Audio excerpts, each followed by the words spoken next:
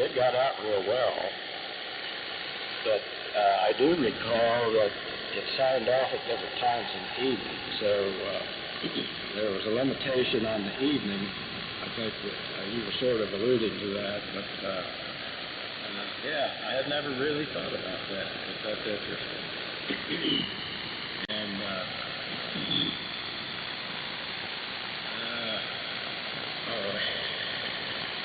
I lost my train of thought there, thinking back to all that. But, I know where I was going with it. The setup there was a rack in the studio, and there was a panel there that contained what was called it just escaped me, but it was a system for doing that, running a remote transmit. And I can't think of the guy's name because it was on that unit. But what's curious about that, I don't know, about 3 years ago, I looked up some information on it. And that guy went on to develop a lot of stuff, and apparently the pioneering work he did led to what we have now. This type of situation where a company runs 40 stations and they broadcast the same crap to all of them, and you know the story there. Schaefer Remote System, I think it was. And this guy Schaefer went on to develop maybe the whole system that they use now, but at least he pioneered a lot of that. And an interesting thing about it, there was a problem with the sperm over the telephone. And you could actually hear it in a car radio. You could compare the sound of that station with another station. You could actually hear that the highs were not there like they should be. And got in touch with the phone company, and we had just done a proof of performance, and everything was just fine until we went across the phone line, so 3 miles to the transmitter. And the phone guy came to the station one evening after he signed out, and he had this old piece of equipment that looked like it was bouncing around in about 10 years. And he run his equipment across the phone line. He said they were okay. And I wouldn't argue with him. I was 18 years old at the time. There was a problem, and I'd never really talked to anyone later to see what they did about that, if anything, because I went to work then at the next station. But that's the way it goes. Well, have you gotten, I don't know if you would like to call Joe or George, you haven't really left us out. WABDW. Well, yes, I have, Bill. WABDW from NM4A. You know, that's an interesting story. Back in the day, getting a DC pair, which is I don't know if it was DC when they did the equalized lines for broadcast, but if you were out in the country, that was particularly problematic. Even in the city, it could be difficult. I know George probably heard stories about that before. George, K8RH, you heard Bill, WABDW. It's just you and I and him. So, George, so far anyway, over to you. K8RH, take it away. Okay, this is George, K8RH, talking to you from Meadowbrook, just north of Cincinnati. Well, we had some problems with the telephone line here. Something was disconnected at the Intermediate Exchange House in North Montgomery, and they didn't connect it back. So we had to initiate a service call, and they came here, and lo and behold, the line was out of order. So then he went and backtracked, found out where the trouble is, and now we finally have phone service again. So that's about all I know for now. I'll turn it back to you, Bill. This is K8RH listening. All right, George, K8RH, NM4A. I'll tell you what, you make the modulation transformer sing, the meters all stand up and take notice, and the scope dance. You modulate well.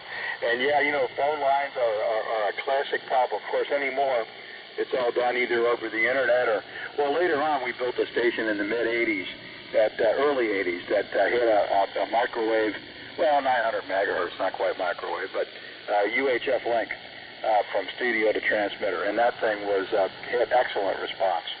And didn't have, you know, phase distortion was good too, had good stereo. But anyway, that's another whole story. Anybody else out there for the group, please call now.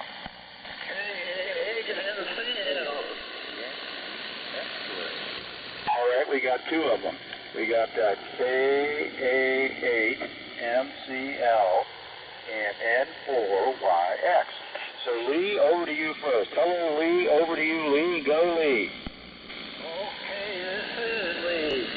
KA8MCL.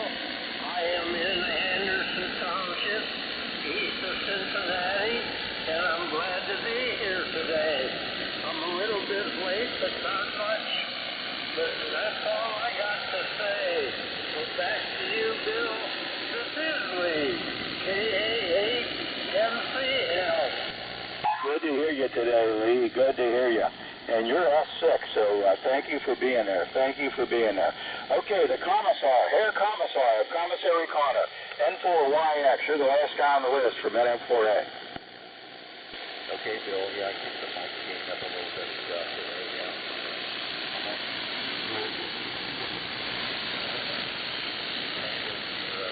And it's N4YX here. It's beautiful. Compound track 1 on the third corner. And I just thought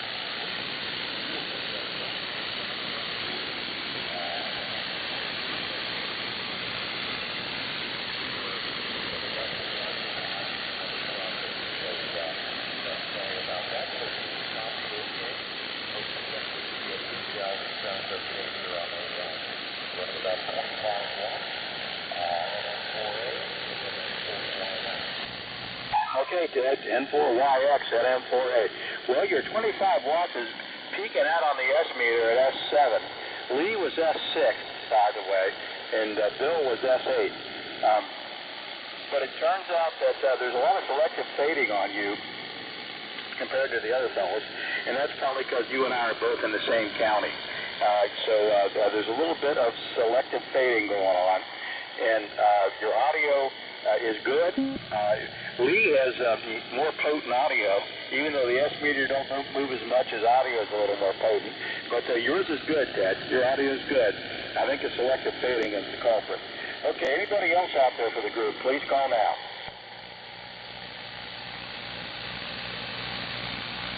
Okay, I guess not. Well, we got W8BDW. We got George, KRH on the phone patch, K8MCL, and N4YX. So, Bill, how did George come through? W8BDW, NM4A. This is W8BDW. Well, George came through like he was sitting here in the room, as do you. And I would say between me and you, yes, that's the way it's said. Anyway, probably the best conditions I've seen in a long time. Very steady and strong. And David said, of course, Dad's not talking to you. It sounds good. Well, another little phone story. I had, let's see, when was it? Early 80s, I think. Anyway, about there somewhere. But I bought a Princess phone, and as I understood or came to learn, that was one of the first push-button phones. And all at once, it developed a problem. And this is when I lived in Columbus. I think a call would come in, and that would work okay, but I couldn't. The push buttons wouldn't work to turn on. But nothing would happen when I tried to go out. And it so happened that one of the guys that I hung out at the airport. Worked for Western Electric, or was it Bell? I forget. But anyway, I knew he worked for a phone company, and I had to mention that to him. That's good. We have worked on the development of that telephone. And here's what he told me. He said that phone is polarity sensitive. The